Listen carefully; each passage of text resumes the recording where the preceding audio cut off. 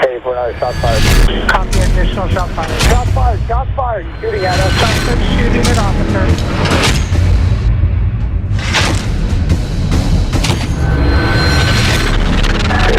Down. He's at the base of the stairs, white t-shirt, white male. Ladies and gentlemen, welcome back to another episode of the Shots Fired podcast. Before we get started and introduce our next guest, we want to give a shout out to the guys from Tried and True. They are a group of law enforcement and retired military guys who own a outdoorsman clothing company and a YouTube channel called Tried and True 916, and they are all about hunting. So if you're all about hunting and outdoors, follow those guys on Instagram. Again, that's Tried and True 916, and check them out on YouTube. And again, if you're all about hunting and outdoors, check them out. And we'd like to thank them for all their support and for everything that they do for us. Now, to get started, we want to introduce our guest. We did allow a firefighter into the studio today, so yeah, what the fuck is this? we're pretty proud of that. Tactical helmets. Yeah, wear them backwards, right? Yeah, you can. That's a style. Introducing our next guest tonight we have with you is JD Flint. And JD and I go back about 20 years when we were in our early teens. We met each other.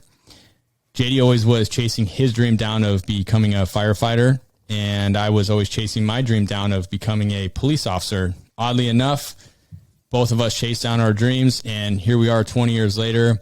Ironically enough, we both now work in the same city, and quite awesome. He has an awesome story to share for you guys. And to kick it off, JD, why don't you go ahead and introduce yourself? Well, I just want to say, you guys are both working, so you grew up together, working in the same... We didn't grow up together. We met when we were like 18. Yeah, 18. Well, I mean, I never grew up till I was like 25, so... You still haven't grown up. Yeah, well, that's clearly. a good point. But that's interesting that you guys are working in the same area, and you guys are both supervisors, too. That's pretty cool, actually. Yeah. We'll get to that later. Yeah, but go ahead. Let him introduce himself now. Yeah, No, I'm sorry. I didn't know we had an order here. Yeah. Things to do. very, very strict timelines. Yeah, there's Go a ahead. supervisor in him. Yeah, right there. There it is. Got to be very tactful. Yeah, go ahead. Yeah, no, thanks for the introduction. My name's JD. Like Kyle said, we've known each other for, I guess, going on 16, 17 years. Yeah, we grew up trying to get into the law enforcement and fire stuff, and obviously a constant battle of whose job was better throughout the academies and paramedic school and everything going from there. So a little about me, work in Sacramento County for a large agency, running calls with Kyle and Billy, in the same area. Married to my wife, Jacqueline, have been together 16 years. Got 2 kids, 15-year-old and 7-year-old. And that's kind of it right now. Nice. So, All right. So we want to start off with your childhood. JD, you have an awesome story to share. And really the whole basis of our podcast is we like to share never quit stories. People that went through trials and tribulations and that are now successful and were able to work through hard times and be who they are today. And I think you're an exceptional example of that. And I know, a little bit about your story and your background. And I want to start with that. I know that you didn't have the best upbringing. You struggled with your parents in your childhood. And I think it's awesome that you were able to overcome all of that and then become who you are today. You're successful in your career. You're a fire captain, very well respected at your agency. I know that because I talk to a lot of guys you work with, and, albeit you are at a very large agency. It seems like anybody that I run into that you work with, they all know you, and not one person has ever had anything bad to say about you. In fact, everybody praises you. So I'm proud of you for that. So let's get started into your childhood and, where did you grow up? And let's start with there. Yeah, so, I'm glad you've heard a bunch of good stuff about me because that's not always what I haven't heard anything about you. Yeah, well, there we go. So we're starting fresh. Yeah, so born and raised in Southern California, Riverside County, the meth capital of the world, probably. I know a little bit about Riverside County. Yeah, right. Overall, I think I had a good childhood. I got to play unlimited amount of sports, rode dirt bikes, and race BMX and did all that. But I think that was also masking the shit I had to live with at home.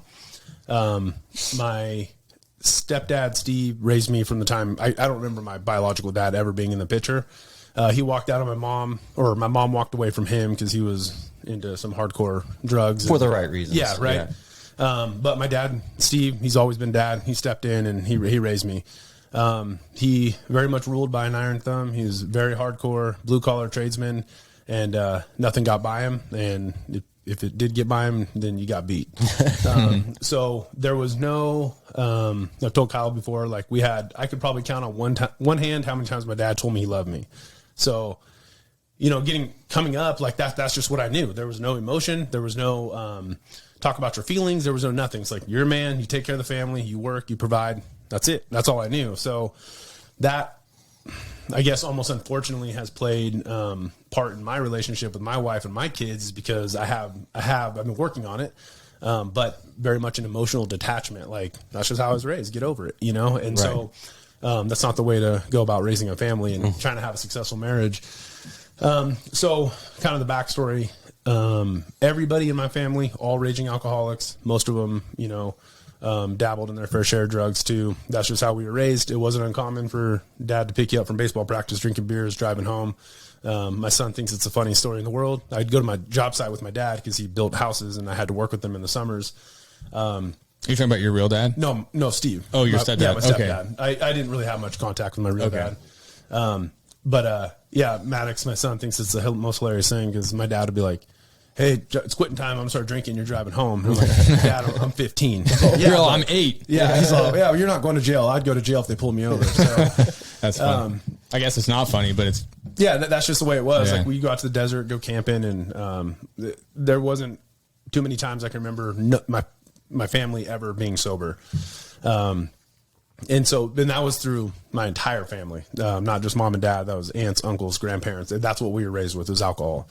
And so, growing up, we were super poor. We were on welfare. We were not making house payments. We had shitty cars that never ran.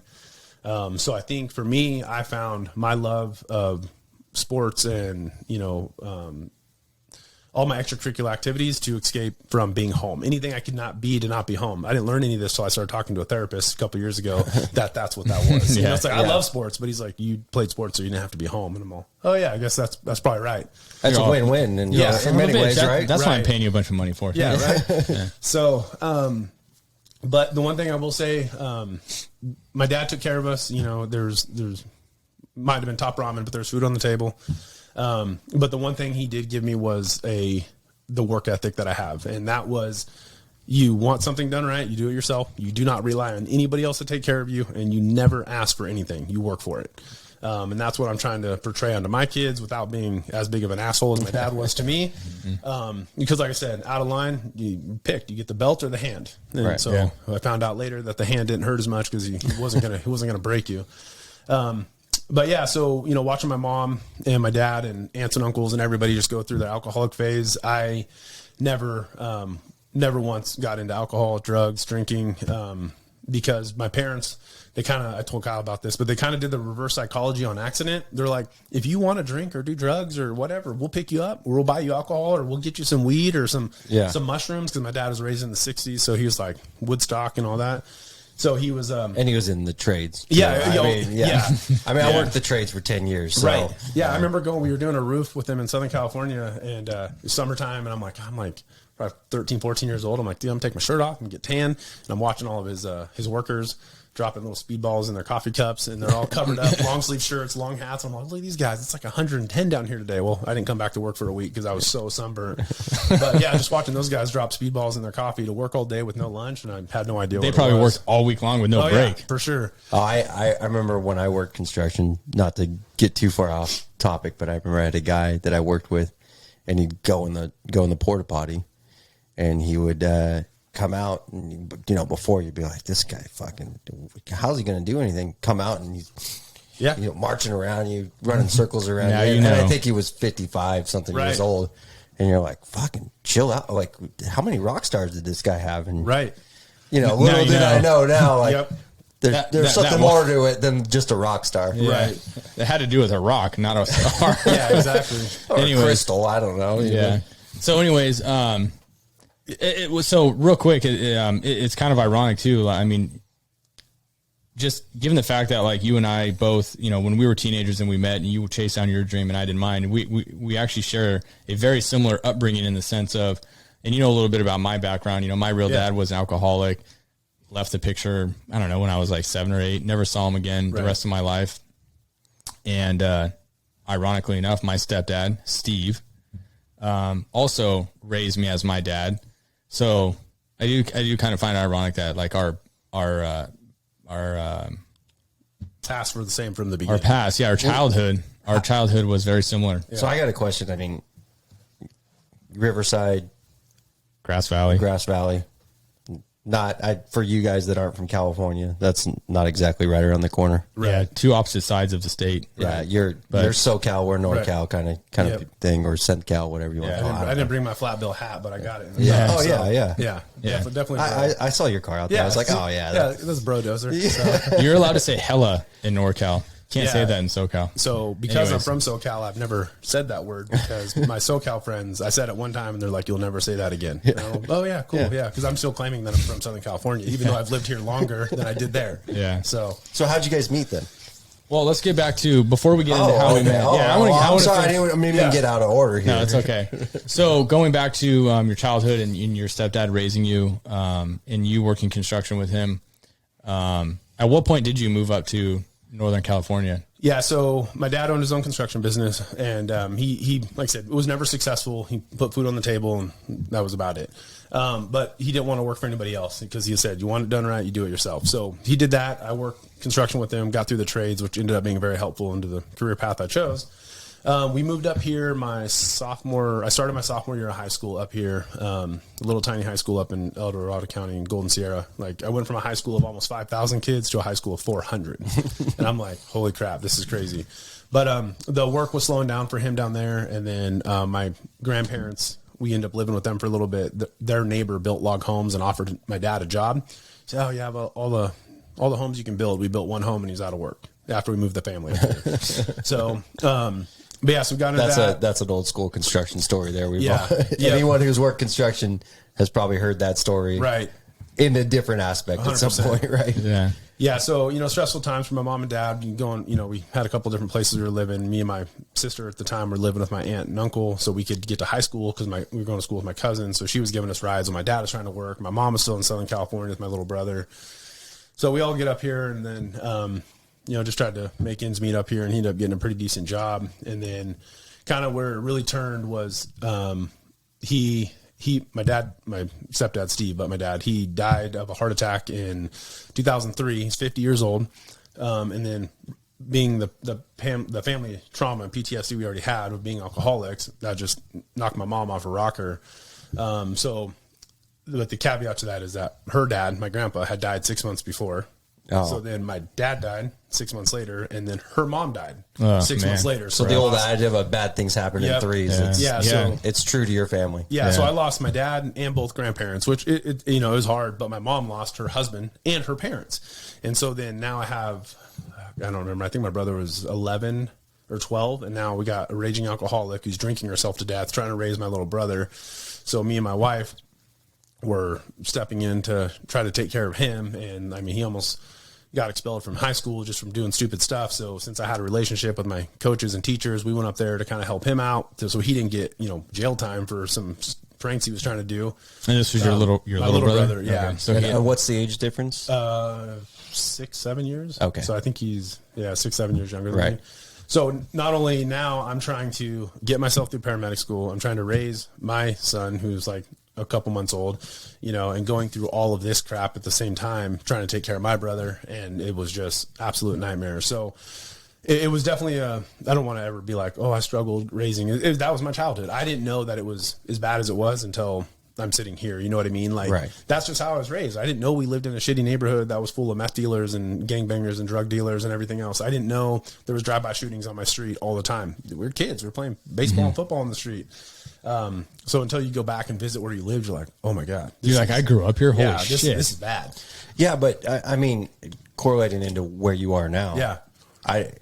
My opinion, and I don't know you that well, is that it shaped you into probably a far better leader than many, because it sounds to me, just from the short time that I met you, that you were put in a leadership role in the family at a very, very young age. Right. Yeah. And like with talking to my therapist that I see regularly, that was kind of it, and I knew once I got into the fire service that I knew from the first day I started as a seasonal up at Georgetown Fire, like I'm going to be a fire captain. Like that's what I want to do. I didn't care how long it took, and that's what I was going to do. But because of that, like I wasn't, I'm trying to, it's like, I didn't even know I wanted to do the fire stuff until I was in high school. And then, you know, kind of got into that. But like I said, my dad was like, if you want it, you got to work for it. And nothing was handed to me. There was no handouts. There was nothing. So that work ethic he got me to where it's at. Like, although I didn't have a good upbringing, there wasn't a lot of love and emotional support and, you know, help, the work ethic was there. And that's what I got out of that entire thing, you know, so for me to see where I'm at now after coming from the family background I came from, which I'm not trying to make it sound like it's, you know, terrible, because it was my childhood. It wasn't bad at the time, but looking back on it, it was definitely different than a lot of others. And I have, you know, I talk about it with my wife all the time. I have every excuse in the world to be, you know, a drug addict, an alcoholic, you know, to do all that, but to bypass all of that and get to where I'm at, like that was more mental strength and toughness to not end up like my family. So I have a question, because my upbringing my childhood was probably the opposite of yours. We'll say, you know, mom, dad, they're still together to this day. You know, great, said I love you all the time. Grandparents there all the time. Dad worked in law enforcement and was successful in it to the point where, you know, he made decent money doing it. And my mom ended up doing things once we were older, once she'd raised us basically. So money was never an issue. But what I think is very interesting is I never learned, you know, I think that genetically I had a work ethic from my dad and my mom because they're both hard workers, but I didn't learn it from them.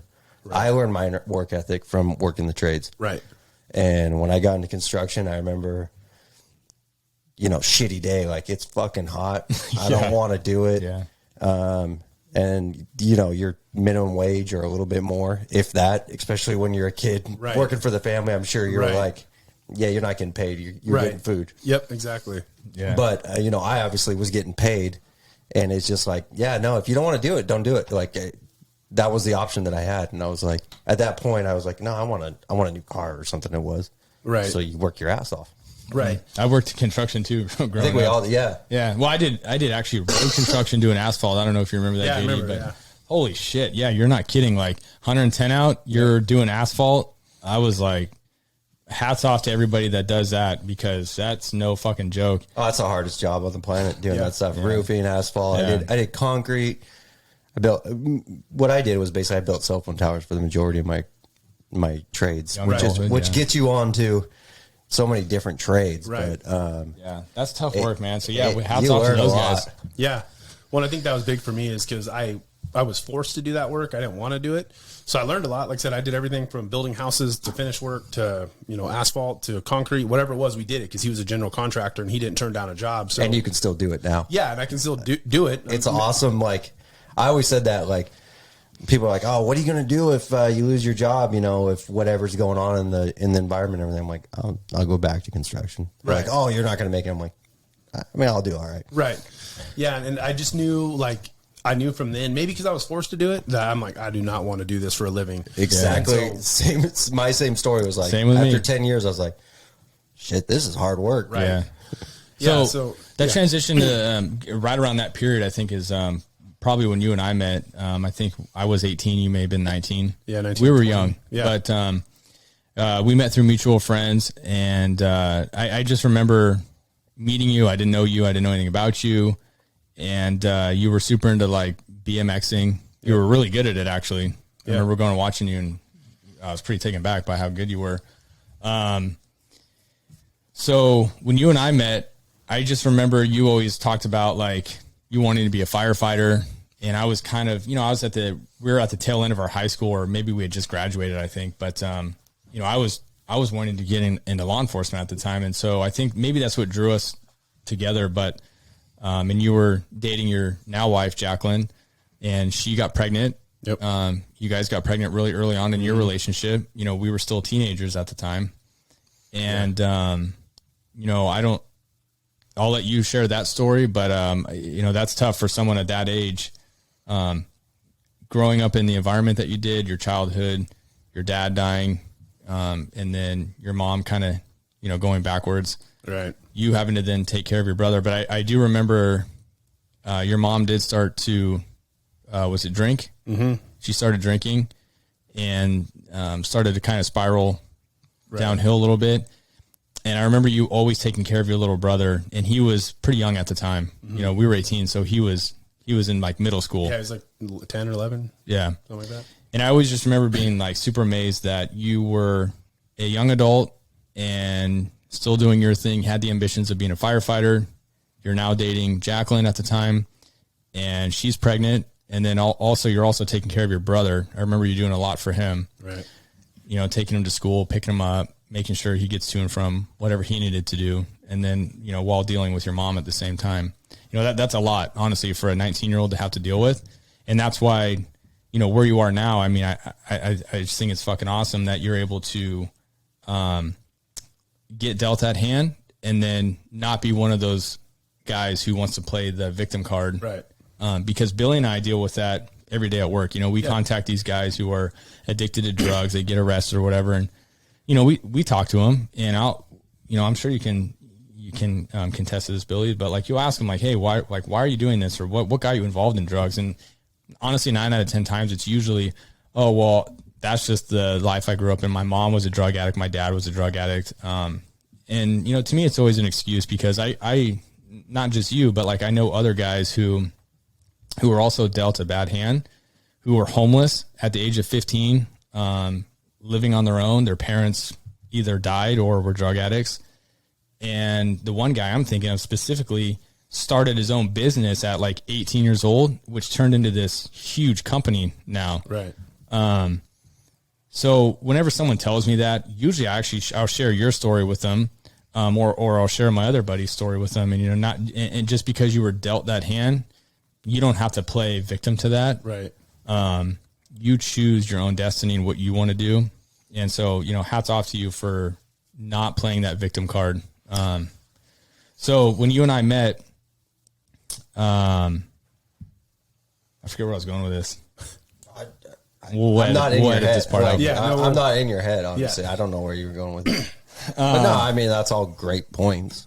Yeah, and that's kind of how I was raised, is like, it's no excuses. And, you know, I don't live with a lot of regrets or stuff I kind of wish I wouldn't have done, but I don't regret it because I've always been of sober mind. So I made that decision. It might not have been the right one or the best one, but I got to live with it. And I've never tried to put blame on somebody else, or I didn't get the job because it was somebody else's fault. It's because I didn't interview well enough, or I didn't test high enough. It was always my fault. You know, if I struck out, it was. Yeah, 100%. I'm sorry, it was your fault. Right. You know, well, we hear and the same. I look at it the same way too. Yeah. Well, we hear it all the time. Like, well, I failed out of the academy because it was so and so, or because the instructor didn't like me. It's like, no, it was you. You know. Yeah. So I tried to kind of live my life like, if you want it, you'll work for it, and that's kind of what my dad had taught me, and so that actually bit me in the ass on a handful of interviews for other big departments where I went in and interviewed, and here I am. Like I said, I think I got this thing on a golden platter. I'm like, oh yeah, I'm raising a kid, and my wife, or whatever that I have. Maybe we're married at the time, I don't remember, but trying to go up there. Oh, I'm taking care of my brother, and I'm doing this, and I'm paramedic, and I'm doing this.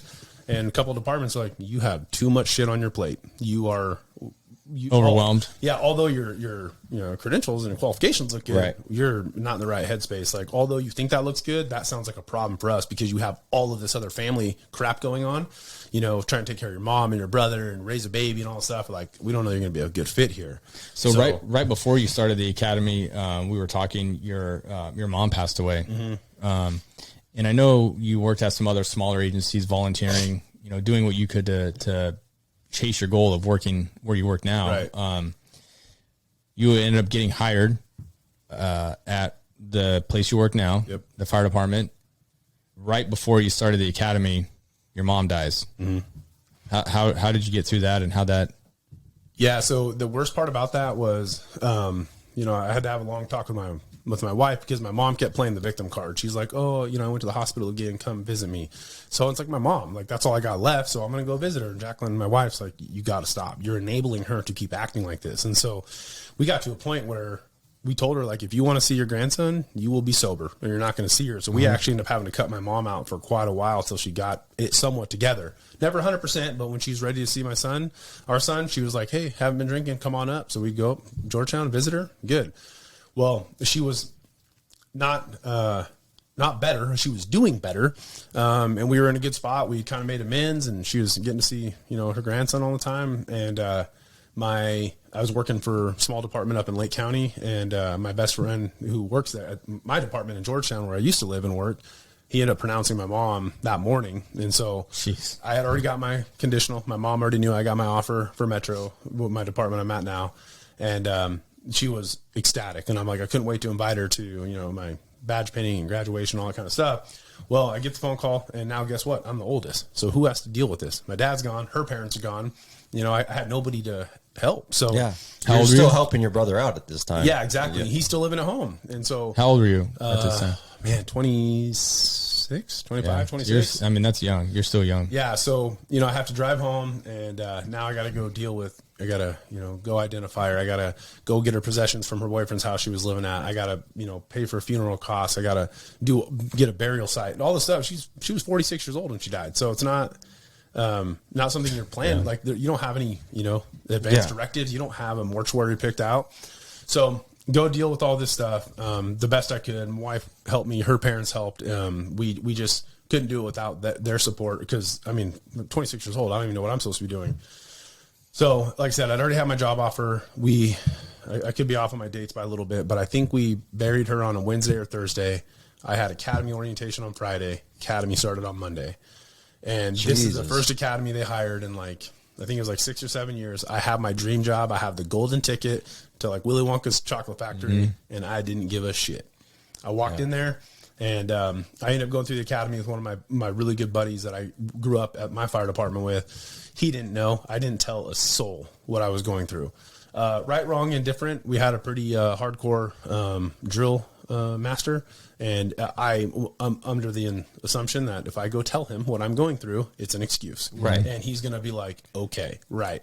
So I didn't say anything, and I struggled very hard through the academy, mentally, not physically. I was decent at pulling hose and throwing ladders and doing the monkey skills, as we call it. I was not a team player. They're like, all right, you guys can leave. Boom, gone, out of the parking lot. Didn't give a shit about hanging out with the guys. Didn't want to be there. Wanted to go home to my wife and kid. And so, And I don't think that necessarily means you weren't a team player. They just didn't understand why. Right. And I think that if they knew, they'd be like, oh yeah, take care of your shit. Right. But I didn't want sympathy from anybody. That's not how I was raised. Right.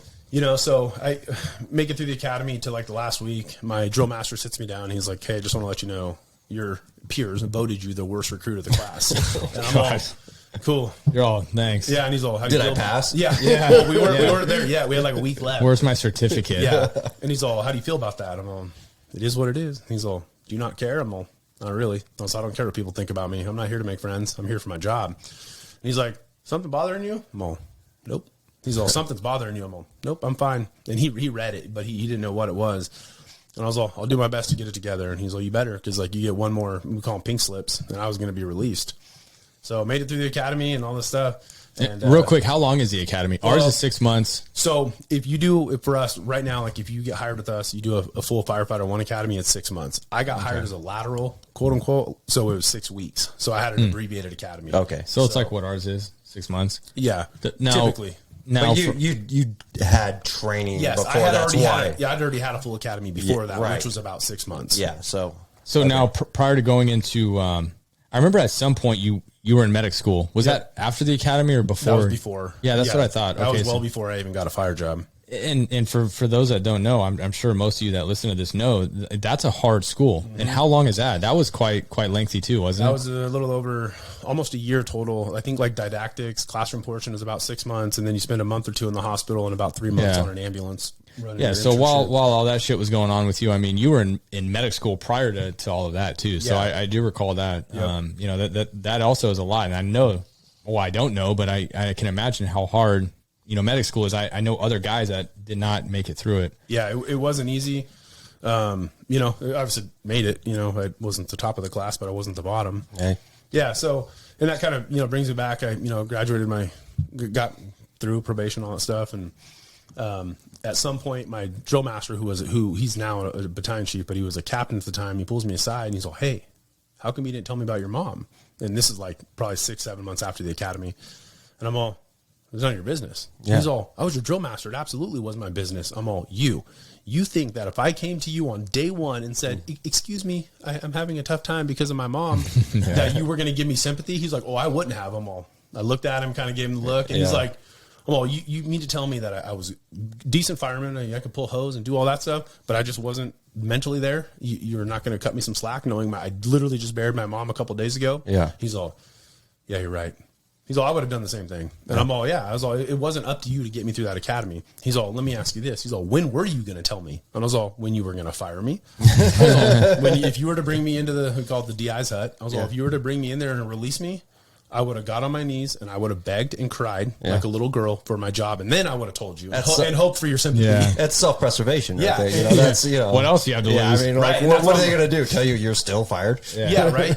And he's like, yeah, I would have given you your job back. And I'm like, well, that's good to know. He's all, hey, but your family now and stuff comes up, let us know. And knowing that now, you need to talk about your feelings and kind of get that stuff out there. Because, at the time I wouldn't call it, PTSD or whatever, but it was. I mean, you just had to bury your mom and try to take care of your brother. Doubt. I think you brought up, like fire department, family and everything. And I think that's important too, because I think that maybe it's even more true with fire because you guys are, there's definitely. 4 to 6 to 8 of you guys, whatever. I don't know exactly what it is in a house. And that's what you guys do 24s? Normal 48s on 96 off. So. Okay. So you're doing 2 days. And if anything that can bother you about a person, you'll figure it out real quick in 48 hours. Right. I mean, you've had car partners or you've had your partners, your beat partners and everything. And they do things and you're like, all right, I mean, like, I get along with him and everything, but you do this shit and it fucking irritates me. Oh, yeah. But it's a little bit different, I think, when you're like stuck in a car with him. Like, this is our house, right? 100%. And you're just like, hey, can you clean your fucking dishes or can you, whatever it is. Yeah, it's like living with a roommate. Like, are you really going to microwave salmon? Yeah, right. Well, and we get it all the time, because my firehouse has nine guys. And all of these guys are my really good buddies. And, we obviously go to fires and we trust each other, right?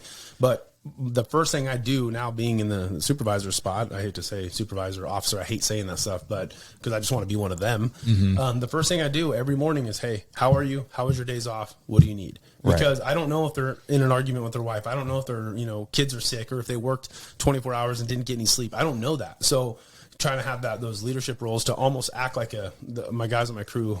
We have 2 captains, me and my good buddy, and they call us the dads. Hey, dad, can we go to the store to get some drinks? And so, but that's what you are. You're trying to be a parent to take care of them because they're your workhorses. They're in the trenches, doing it for you. So, well, it brings back to the family aspect of the firehouse or the beat or whatever it is that you have dad and you have kids and you have your problem child, I'm sure. Yeah, for sure. Yeah, the brainiac. You're like, okay, I'll go to them for that. Right. And then you have your workers. I mean, and as a good supervisor, I'm sure you figured out pros and cons 100%. And strengths and weaknesses of everybody. And I think it's interesting that you ask, now where you're at right now, hey, what went wrong?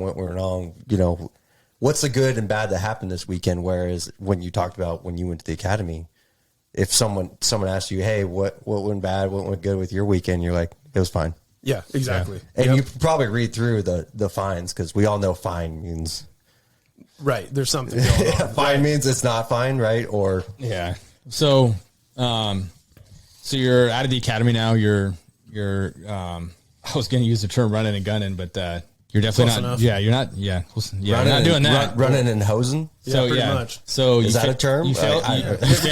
We call them pipe men, hosers, nozzle men. Yeah, same thing. You failed the police exam. You ended up getting hired as a firefighter. Surprisingly, I couldn't do enough pull-ups to work with the officers. Right? That's the joke's the other way around. But yeah. I mean, I think there's plenty of cops right now that are very envious of.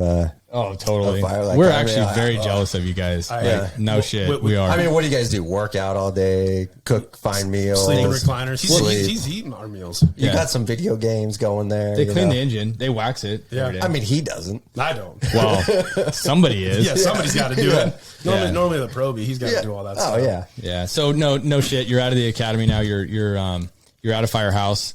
Did you start at a busy station or? Yeah, I started at not our busiest station in the district, but I would call it one of the busiest for excuse me, for call volume and on top of training. So I'm at a specialty house where we have you have to take a bunch of classes to even be qualified to work at this particular firehouse. And so I started getting those classes. What are the special, like hazmat, extradition? I'm on at the rescue company house. Rescue, okay. Yeah, so we have like the confined space and the trench and the building collapse and the rope rescue, water rescues. We when those calls go out, they call us. Okay. On top of going to fires and medical aids and Keep that mic in your. we call it the bedwetters and butterfly bites. My son loves that. Any bedwetters this week? Yeah, that's all we pick up. Yeah. But yeah, so we know. Yeah, we're there. I got there and started taking all my classes to then be qualified to work at that firehouse because at the time I was just on the ambulance and you don't have to have the qualifications because you're brand new. So I got all those and then kind of did the fast track to promote to engineer, which is driving and pumping. And then as soon as I could take the officer's test, captain's test, I took that, and that was, I think I promoted back in 17. So okay. Going on So 4 what's years. your time frame from Firefighter? to captain? So I got hired in 2011, and I promoted to captain in 17. So 6-7 years, Yeah. in between 6 and 7 years. Yeah, and then I had an engineer promotion in the middle, so it was basically like 3 and probation, 3. 3 and 3. So break it down for us dumb cops. So when you're the guy driving the engine, that's actually like a promotion, right? Yep, it's an engineer. Yep. Yeah. So if you're the dude sitting in the back seat, you're just firefighter. Yep, just firefighter. They're typically we have senior firefighters that have been on the job way longer than I have, but they're the lowest ranking member. Then it goes to engineer. They're what we call an acting lieutenant. They're kind of next in charge if the captain would be incapacitated. And then you have captain, which is what I am. And then from there it goes battalion chief, who's our white helmets, and they're the chiefs that run the incidents. Okay. So we're like tactically engaged on the fire ground and the incident. Chiefs are kind of standing back, calling the shots or making sure everything's going well. So correct me if I'm wrong. Like you'd be in law enforcement. Sergeant. Yeah. Sergeant It's like equivalent to a sergeant, like what we are. And then battalion chief would be like what, your guys. lieutenant or watch commander. Yeah. Right. And then you have super chiefs with their captains or Right. whatever. I don't know what they are called. They got more bugles, right? Yeah, more bugles. Stay The away. horns. Yeah. Yeah. Yeah, so I always that's look the- at the bugles and you're like, I that remember- guy's got a lot of bugles. I remember when he first got hired, because I ended up transitioning down to where, in the same area around the time he got hired. And First of all, did you know he tried to get me killed? which time? He was working for his previous agency, and he kept calling me foul words because I wouldn't come do a ride along with him. He's all, "You're scared. You don't want to be a cop." And I'm going through all the fire stuff. I'm already working at my other department. You're like, I don't want to be And a cop. so- You're right. Yeah. So Duh. you probably have heard this story, but the night I scheduled to go, I was like, "Yep, I'll be there." He was working graves or nights. I called him last second. I was like, "Hey, my kid's got a fever. I can't make it." And he's like, "Oh, I knew you'd bitch out," and just making fun of me. Typical Kyle. Yeah, that was the night he got in his high speed pursuit and got My car in crash. a car crash. Oh, okay. Yeah, I after remember saw that. it- I heard after the car crash. Yeah, after I saw the pictures of the car, I'm like, dude, I would have been dead. Oh, you Like, would've- you your- would have died. Yeah, your No doubt. passenger door was in your driver's seat. Yeah. I Yeah. would have been sitting there. So it's like kind of one of those things that's fate. And I'm like, yeah, no, that was I was like right off of training too, Yeah. and I got in a hellacious car accident on duty, and got life flighted down Yeah. to Sacramento. But yeah, that was pretty bad. I was supposed to be there that night, and my Yeah. wife's like, "You're not going to ride with him anymore." I'm Yeah. like, all right, we're done. yeah, So- your cop life was very short lived. Very short lived. That's good. But Yeah. I do remember. So I remember me transitioning down there, and then you finally got hired there, and I remember how pumped you were, and I was super excited for you. And you're like, you call me up, and you're like, "Hey, I'm gonna be at the station where in your city." You're like, "Don't fuck with me, like, don't like if we're on a call together, like just you leave don't me know alone." Well, yeah, I was waiting for Yeah. him to pull me over, come into the station, like, "Yeah, I got a ticket for you for Yeah. speeding, reckless driving." I'm like, my captains would be like, "What are you Yeah, doing? he's Who like, do we hire?" he's all, hey, he's like, "Hey, just be cool until I'm off probation." So I was like, "All right, we'll see." But yeah, I remember showing up to calls with you, and you were brand new, and you like showing up to a call, and you're giving me the look, like, "Dude, just keep it fucking cool. don't Well, talk you to know, me." he's a jokester, right? Like, he doesn't care who you are, where you're at. He's gonna say something. And I kept it cool. Yeah, you did. I don't want to get you fired. Yeah, no. Now it's a little different story when we're on calls together. But We had some fun, and it's cool, kind of just getting to grow up together. And then, I was on, one of his shootings. I've been on a bunch of the dog bites, from Dax, Yeah. and Yeah. I don't think I got any Axel's bites, but yeah, it's just kind of cool getting to run those calls together, see each other, and he's been to a couple of fires I've been to, and so it's kind of cool that it's all right there. this last shooting that I was in, where yeah. Axel was involved in that, I was hit on that. Yeah, you shut out. You declared that guy. Yeah, so You were that one freaked me out because we got dispatched for officer involved shooting, and every time I hear officer involved shooting, I know it's him. Right? It's nobody else. And so It's not always me. Well, I mean, just 99.9% of the time. well, all the other ones miss, and so the hits are from him. So surprisingly good shot. But so we get called out for a officer involved shooting with a dog bite, and I'm like, oh, it's got to be. Oh, Kyle. especially 100%. Go ahead. I'll let you finish. Oh yeah, so we pull up and this dude's, he looks to see. So we're getting ready to pronounce him, and I'm all, hey, who shot him? And they're like, Kyle. I'm like, where is he? They're like, he got hit. He's gone. And I'm like, so now I have like this obligation that I gotta like now pronounce this deceased guy, but I don't really want to because I want to go find Kyle because they said he got hit, but they can't find his dog. They can't find him. I think you went in somebody else's car or something. Yeah. And they're like, here's his blouse, and I'm like, holy crap. And so now I'm freaking out because I'm letting my guys go take care of the, pronounce this guy, the 1055. Right. Now I'm trying to find out him. I'm talking, Big Chief showed up. I'm all, where is he? He's like, I don't know. And I'm like, holy crap. So then now just knowing him as well as I do, and as long as I have, like, you're freaking out, because now this is, that whole obligation to duty kind of thing. Like, I got to technically take care of this guy, although he just shot my really good friend I've known forever. And now where's his dog? And they're like, the dog got shot, and there's blood everywhere. And I'm like, oh, so it was definitely nerve wracking for a little bit. And then it's wild. And actually, like, not to cut you off, I really? actually, right. Billy. No, seriously, I never, I don't think you and I have really ever talked about that, to be honest. Like, I knew you were there. Or I think I had found out after the fact, but, I don't know why. We never really talked about it. And, like, hearing your side of the story of that, like, I don't know, that would freak me out too, if the roles were reversed. So, I mean, that's kind of wild. I never thought to ask you about it. I never really talked to you about it. Yeah, it's hard. You're selfish asshole. I know, right? Sorry, doesn't care about me. But get over it. And that's the thing is, like, when we as firefighters, first responders, paramedics, EMS side of things, have to then go run calls on bad guys, like, we still have to take care of them. Although we know what they did. This is a rapist, or this guy, is an arsonist, or this guy shot a cop. It's like, we still have to take care of them. And so it's like, that's always a tough one to balance. Cause like, in you got to do the right thing and treat them, and they're going to go to jail and they're going to do their time and all that kind of stuff. But at the same time, you're like, that guy just tried to kill a cop. Yeah. You have a job to do. Yeah. Or when somebody hurts a kid, and with me having kids, like, those are the hardest ones to keep your cool on, because I'm like, these are kids, let alone when someone's beating dogs. Like, it's tough, man.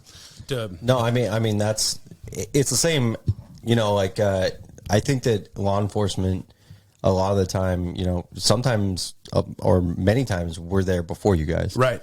And it could be a straight medical call. Well, sometimes when they're parked around the corner waiting for us, of course we're going to be there. Well, sometimes it's because of our own doing. We've been in shootings before, not me, but, law enforcement as a whole, you've been in shootings where you shoot a suspect that 99.999% of the time maybe not deserves it, but, they put themselves in a situation that it was warranted, and you have to flip that switch. Mm-hmm. Right. Yeah. Where you have to go from, okay, now, cop protecting public and self. Okay, now I need to protect this person. Mm-hmm. Yeah. That I did this to this person. Mm-hmm. And it might not be shooting. It could be, in my instance, it could be use of force. Use of force of whatever it may be. And you're like, hey, I got to take care of your broken bones or your gunshot wound or CPR, whatever it may be. And it's interesting how you flip that switch, and work life becomes work. Right. And I mean, like you were talking about, like Kyle's thing. I remember I was working that day, and I work in a close proximity department to him. So if there is an officer involved shooting, especially where someone is hit, we're all going. Everyone's like, everyone knows. And everyone's going who can. And I think that I was pretty far away, and I was dealing with some other thing. And it's not really my job to respond to things like that at that point. Right. On a specialty spot. But I heard, it's a K-9 officer, and it's, his department. I was like, it's fucking Kyle. Yeah, of course it is. And then you get that misinformation, and you were there, so you were getting that immediate misinformation, right? Or some of it was good, but I remember I was getting.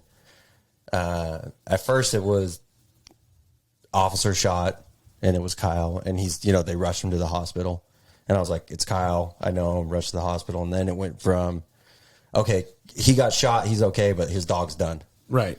And I remember being like, fuck, I care more about I dogs. play with Axel all the time. I was like, I like Axel more than I like Kyle. Right. And I was like, fuck, man, fucking Axel was badass, and like, it's easy for me. It was easier for me to accept that Axel was shot or dead. But I think it may have bothered me more. Right. It's all good. Everyone always cares about the dog, not the It's a handler. soft spot for the dogs, man. No, that's kind of wild. I mean, it's a small circle with all of us being Right. friends, and that's the reality of our jobs. You being a firefighter, us being cops, it doesn't matter. Like, you could get hurt or killed in a fire, and we respond to fires. Right. So small circle. I mean, we're all friends, and we're all cool with each other. And then, when bad shit happens at work and things aren't going how it should be, it's tough. Right. And, and then it's even more tough when you're close with those guys, or you're really good friends with somebody that was involved in something like that. That's hard. So I think we're fire and law enforcement could be related as the most dysfunctional best friends that there 100%. are. oh, fuck yeah. I personally, and I can speak for 99+% of my partners and everything, have your guys' back no matter what. Yeah. Oh, yeah. Right or wrong, actually. I mean, dude, we'll be on a call. Like we're busy, right? Right. And we're on calls. And like, if dispatch is like, hey, fire's requesting you for a call, we don't care what it is. Right. It might be the 90-year-old dementia guy who's not wanting to go to the hospital, Right. which you guys call us for. We drop what we're doing, Right. and we will come to help. but we're Period. going to talk shit. 100%. absolutely. We're the whole time. We're talking shit while driving there. Right. We're also probably texting or messaging our buddies talking shit Right. while Yeah. driving But there. fire needs help. Yeah. But You mean we're these, there to help. these 6 dudes that work out all day can't Right. handle Yeah. this 9-year-old grandma? But we're going. Right. We are fucking going. But on the flip side, I can probably think of at least a handful of times where we've seen officers fighting people in parking lots, and we pull over, and now we're fighting people in parking lots. And at the end of the day, they're like, "Dude, thank you. Our backup's Yeah. not here or whatever." Yeah.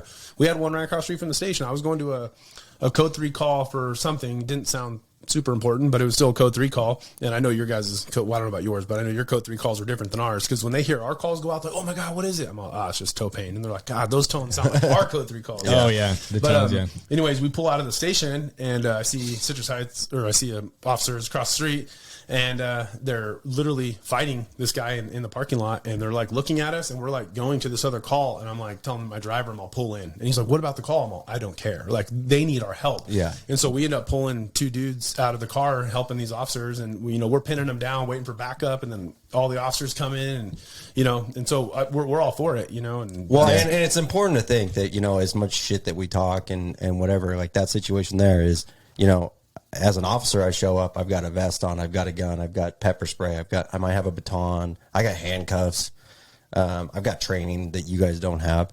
And you guys to stop and go, "Hey, I'm going to help this cop out." You don't know this. You know as well as we know probably that guy could have a knife, gun, bomb, Right. whatever it is, and yet you guys are like, "Nah, it's a brother." Yeah, we are Right. brothers. 100%. Who needs sisters. help, and it's a brother sister that needs help, and there we are, and you guys are not as prepared, Right. and I'd say vice versa. I don't know how many cops have put out fires or he's help tried. medical or whatever. Right. Yeah, he's tried. He's pulled up. He's like, "Oh, there's fire in the back of the house." I tried to get there. It's a little too smoky. I'm like, "All right, we got it from here. Thank you." Shoves me to the ground. Move, kid. But, Yeah. Let the it's- adults take care of it. I always love it. We had the local agencies have a bunch of new officers coming through, and it's funny. You can see like they're, like we talked about, brand new, probably just moved out of mom and dad's house, and eyes like saucer plates. I know my agency, like I'm probably equivalent to size fire versus Right. Yeah. to you guys, and we'll get these new people, and I'm like, who's this? Like, I'm pretty sure like pretty much everyone who, Yeah, like for by the face, most part. Yeah, for the most part. like who works for your department. I'm Right. like, who stole their dad's uniform? Right. Yeah. Well, it's I funny know. because like we'll go to calls, and like I've been in the fire service and so forth, so been around, seen some things. Not the guys been doing it way longer, but been on some of these calls. You've got slides in the slide tray, but we'll run calls with new officers, and they're looking at me like I'm telling them what to do. I'm all, "No, you have the gun in the vest, and the building's not cleared, so Yeah. you have to go in first." And they're like, Yeah. "Oh," and I'm all, "Yeah, Yeah. and we'll wait here." Yeah. And they're Yeah. like, "Oh," and it's like just because they're nervous, Yeah. I remember we had there's a big big shopping center in our area, and there's a big basement in there, and there was reported suspect with a gun inside there. And all the officers came in and this is a huge basement.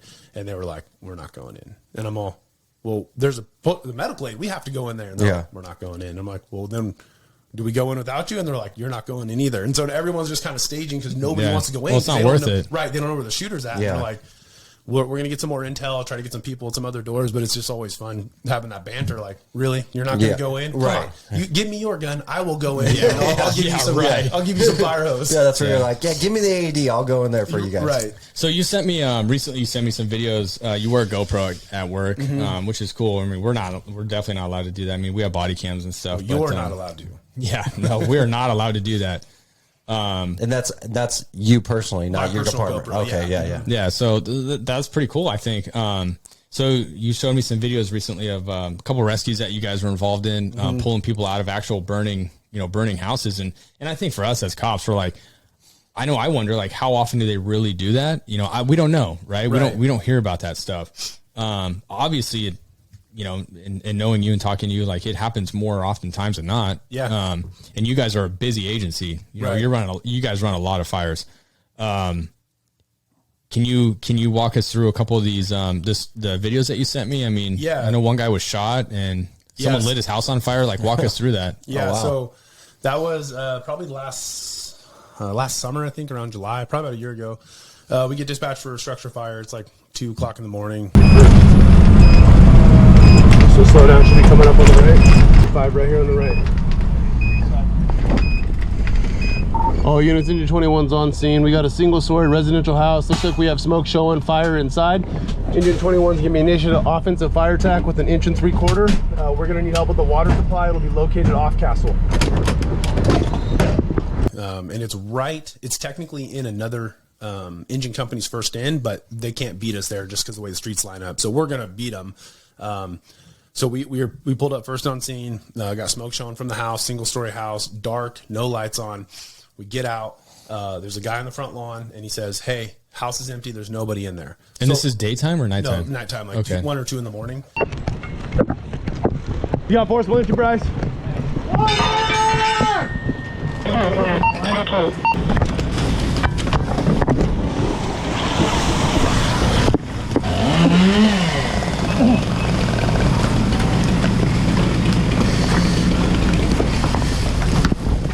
So this guy just randomly on the front lawn says, "Hey, house is empty. There's nobody in there." So for me, a lot of people want to report that on the radio, like, "Hey, house is clear." Well, we haven't searched it. We don't know that it's clear. So I don't like to broadcast that because then the next set of crews coming in, they already think it's clear. So maybe their index suspicion isn't as high. They're not thinking there's somebody in there. So maybe they're not going to search as well. Yeah, makes sense. We are, as an agency, are very aggressive searchers. We search buildings for, fires. Right. So anyways, and you guys are very good at it too. Honestly, your department is thought of as some of the better. Oh yeah, no joke. Well, I'm very, very blessed to work where I work because of those reasons. Because there's a lot of agencies neighboring that don't get that the freedom we get to make those decisions, to go into certain houses, to search certain houses, to make in what we call interior attacks. A lot of guys don't get to do that, unfortunately. So we're very fortunate. So we pull up on this house. The guy says, "Hey, there's nobody in there." My fireman pulled the line off. He heard it also, and I was like, "Hey, did you copy that?" He's like, "Yep," but we didn't report it over the radio. And we pulled up, and what we call our truck company, they're the ones that normally go up and cut the hole in the roof. They were going in for a search and to cut the hole in the roof. We go in, and the lead searcher says, "Hey, it's a kitchen fire. I'm going to search the bedroom." So he goes down to the bedrooms. We got, you saw a video, but pretty much no visibility.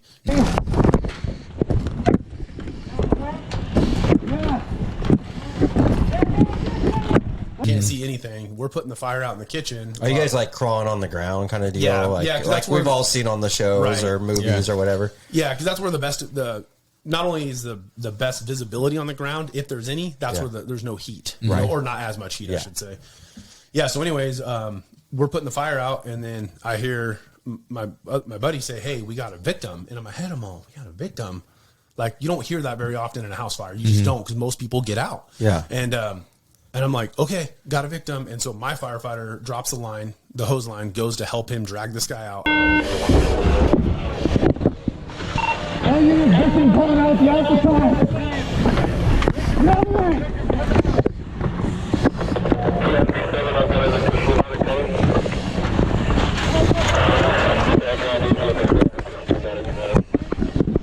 I go down the hallway, start clearing stuff out of the way.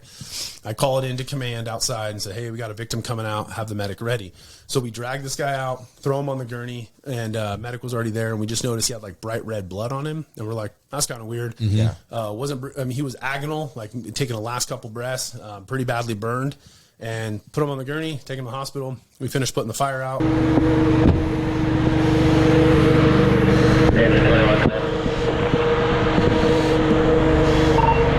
And after we get it all cleared out, we're like, holy crap, this is arson. There was like 5 or 6 different little fire spots in this house.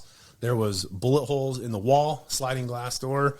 There was a stripper pole like in the living room. There was drugs everywhere. So it was a vacant house. Fuck, sounds like a Friday night. Right. So it ended up being a vacant house that squatters were living in. And the I don't know, the feuding squatters, one guy got kicked out of the party, I guess, and came back, shot and killed that guy, or shot him a couple times, and then left him for dead, and then set him and the house on fire. No shit. And so, I mean, the guy ended up unfortunately not making it, but like, that's just, you don't know what you're going into. And so we've been in, I had a fire.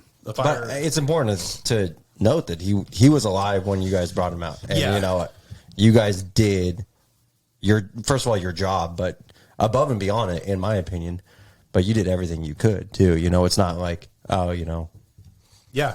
Yeah. And you know, we don't write it off. And we have a saying that the building isn't clear of, you know, life until we say it is. And not making that sound like arrogant, but until we search it, us physically go in and search it, it's not clear. Well, I mean, that's similar in law enforcement. Yeah. I mean, there's an old saying, I don't know if you've heard it, but it's not clear until you put your kids in there or your family or whatever. Yeah, 100%. You know, and that's the way that, you know, someone will go, oh, it's clear. You're like, okay. You're like, is it? Yeah. Let me, you know, let me do a secondary is what we call it. Well, and that's what we do. That's called our primary search. And then after we get the smoke and everything cleared out, we'll do a secondary search and try to pick up anything else.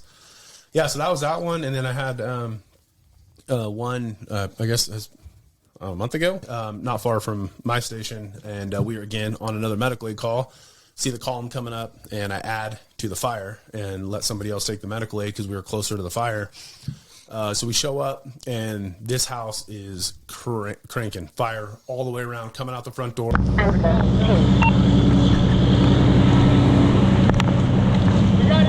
All the way down what we call the Bravo side. You guys no, but way. So Bravo would be the left. Sounds so cool. It's Alpha, Bravo, Charlie, Delta. I think we do 1, 2, 3, 4. Yeah. Okay, so we're it'd be the like same thing. Alpha, simple. Bravo. Yeah, it'd be fire on the number 2 side. Yeah. So heavy fire all the way through the front door, all the way through the entire house, all the way around the back of the deck. So we pull a hose line.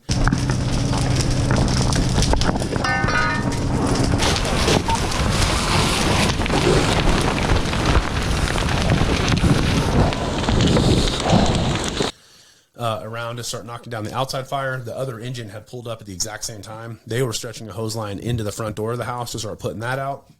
I think it was the third engine who got there. They're coming to help. And this lady says, hey, there's a guy in that bedroom or in that window. And it's like 10 feet up. It's an elevated house and it's blowing fire out of it. And he's like, well, if he's in there, he's probably not alive. Yeah. So he at that point, because now we have a credible source kind of that's like, hey, there's somebody in there. I'd rather hear that than there's nobody in there. Right. So he gets on the radio, says, everybody be advised, we have a possible victim in what we call the Alpha Bravo corner, which would be the front left. 1, 2. Yeah, 1, 2, right? Yeah, there you go. So, but obviously with the amount of fire and the window being elevated, we weren't getting in there right away. So we start putting fire out around the outside, and then that firefighter, he's actually an engineer, and he made his way around and basically found the one side, what would be number 4 side, our Delta side. There was 2 windows that didn't have fire blowing out of them, basically. So he took the window, went in. Side, and what's their island?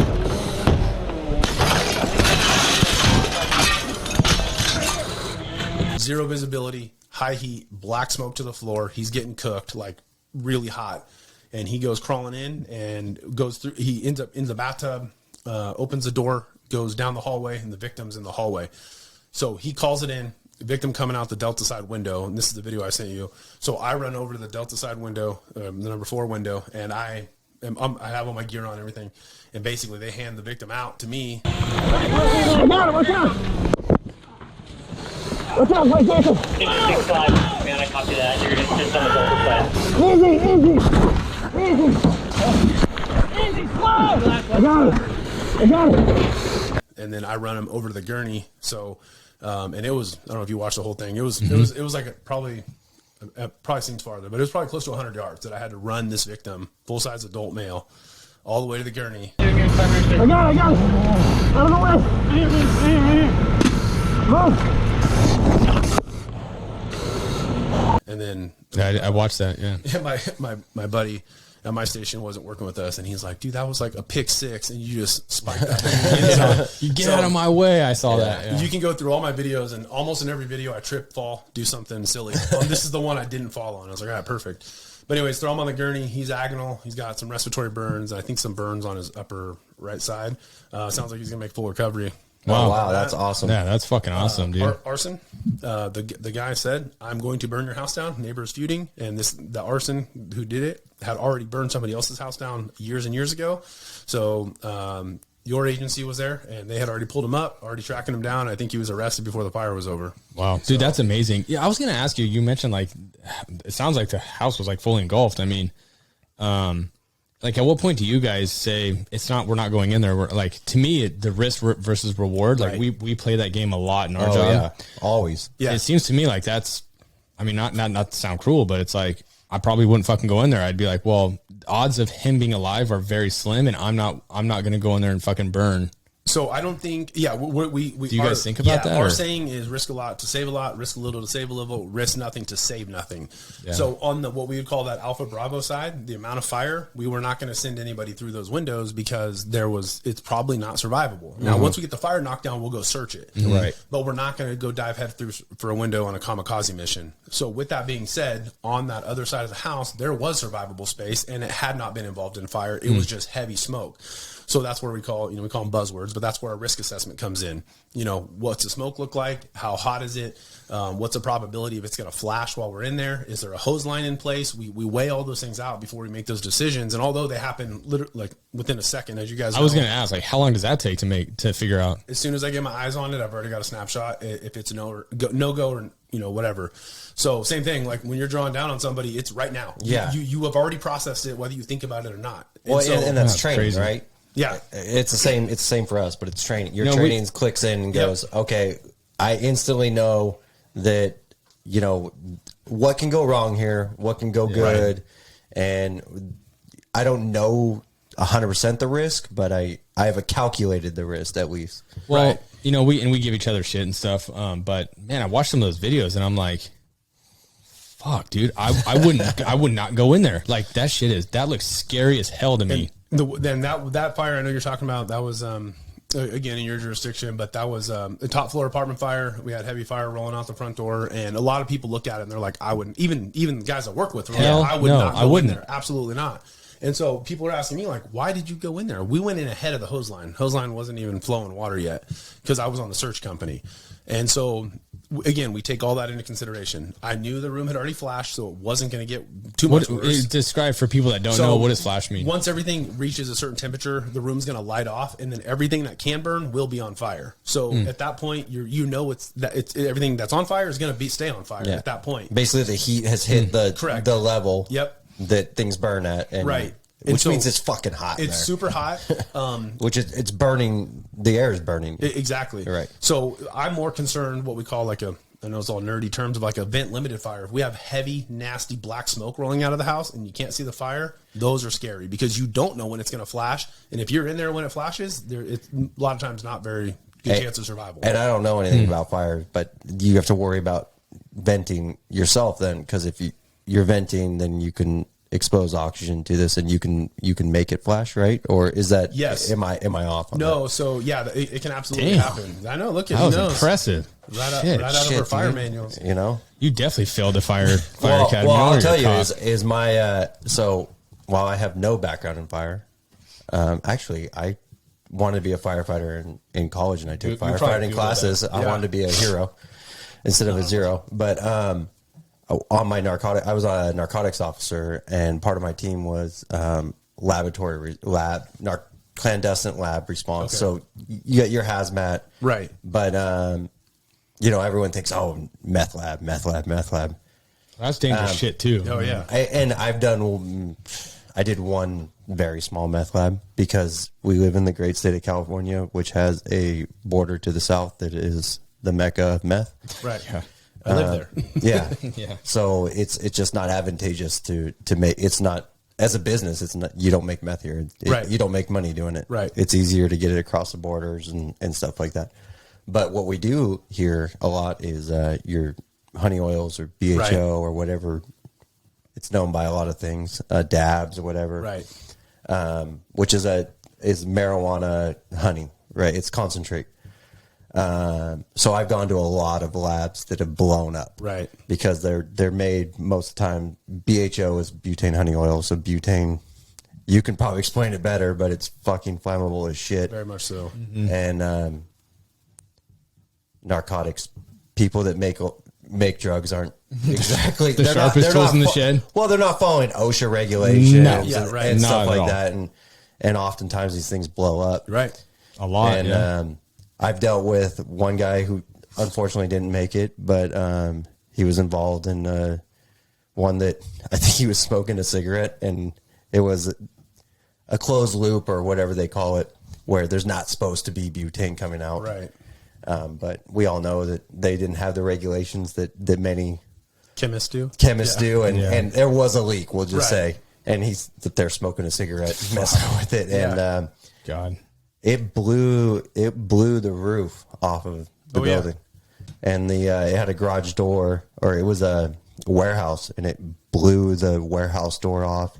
And I think it was going back to my construction days, but it was like 4x12 glue lam girders, and they were lifted up, and you could see in the drywall where all the fire sprinklers were, and it had lifted the whole roof up 6 inches and put it back down on the Jeez. right back down. And everything, this building's basically, it's concrete walls, which probably didn't help. Right. Because it basically Yeah. kept all the explosion in and up. Yeah.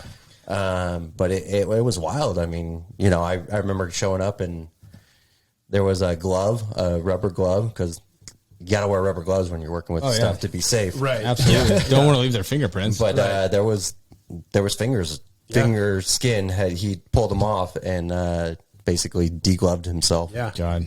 And that's my little experience with fire and stuff. And I talked to the fire guys and everything. It was like, hey, what happened? I like to figure things out. Right. And they were like, oh, this. Basically a bunch of gas was in there, and they boom. found an ignition source and Exploded. and you put enough gas and you light it off, and it's going to fucking blow the shit out of things. Yeah. With the way I run my job is, he said, I go to every call expecting to shoot somebody. So I'm always ready. You're never going to catch me off guard because I'm expecting. And most of the time it doesn't happen, right? Yeah. So for me, I go to every call, every fire dispatch expecting to find a fire. I go in every search expecting to find a victim. And I go to every medical aid expecting someone to jump out of a room and stab me.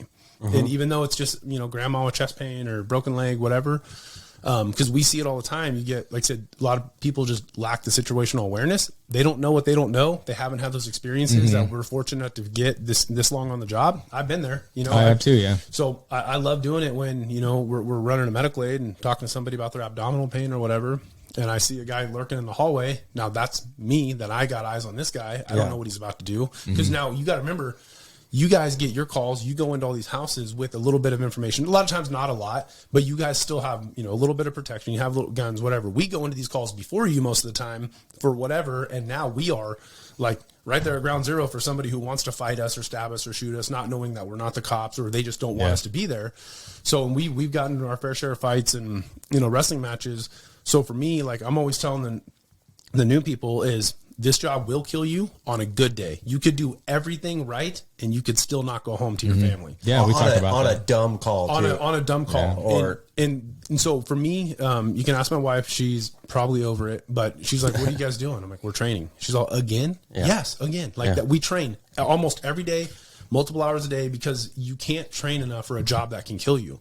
So law enforcement, military, you know, I mean, look what happened to the paramedic in Arizona the other day, just sitting in his rig at a fire, and somebody comes up and shoots him in the head. No shit. Yeah. I didn't hear about and his that. partner, just a convicted felon they were looking God for, damn. lit his house on fire, shot both the paramedic and the EMT in the ambulance, and then shot a firefighter standing on the front lawn. Fuck. So, and it's hear that about easy, that. right? Yeah. And so I've been in my fair share of scuffles, and I've called for code 3 cops numerous times. Yeah. But if like the biggest thing is head on a swivel. So like you were mentioning, when we show up to a fire, just a regular house fire gets 24 of us there. So between there, you have 4, 5, 6, 7. You have 7 captains, and then 2 battalion chiefs. So we are able to keep guys on a short leash from doing dumb stuff. Not always can we avoid it, because there is a little bit of freelancing and guys can get out of your view. But that's where the training and stuff comes in, because you can absolutely make a good fire go really bad, or make a really bad fire go really well, just with a couple different actions. Like you said, if you're talking about ventilation, we go up and cut the hole in the roof to let all the heat and steam. If we do that at the wrong time or in the wrong place, and it's not coordinated with the guys going in on the hose line, we can burn them out of the house, or we can now burn the whole house down. Or you can literally kill your friend, whatever you want to call it. So so my biggest thing is it's hard because they don't know what they don't know, and I always try to give them benefit of the doubt. That's not their fault. They don't know what they don't know. Yeah. So it's our job as supervisors, as captains, as sergeants, is to give them that training, make sure they have it. Or like you were saying, the senior firefighter. 100%. I think that in my career, I've learned, you know, we have sergeants, lieutenants, captains, chiefs, all the way, whatever. It goes all the way up, right? I think I learned more from the OG than you do from the sergeant or the training personnel. You're like, because, you know, I'm sure you guys probies, right? Yep. We have FTO and you know, you're a trainee, and you know, you're sitting there and you learn something from them, but you're doing it by the book, we'll say. Right. Like this, you know, I step 1, 2, 3. Right. And then when you're done with training, I remember done with training, they're like, here's your car, here's you go ahead. Yeah. And you're like, oh, I'm it. like I know how to do this, but what about this? You can't know how to do everything. No. And I've been on a little over 10 years, and there's no way I know how to do everything. Right. And you guys, Neither are does 15 he. plus, right? Yeah.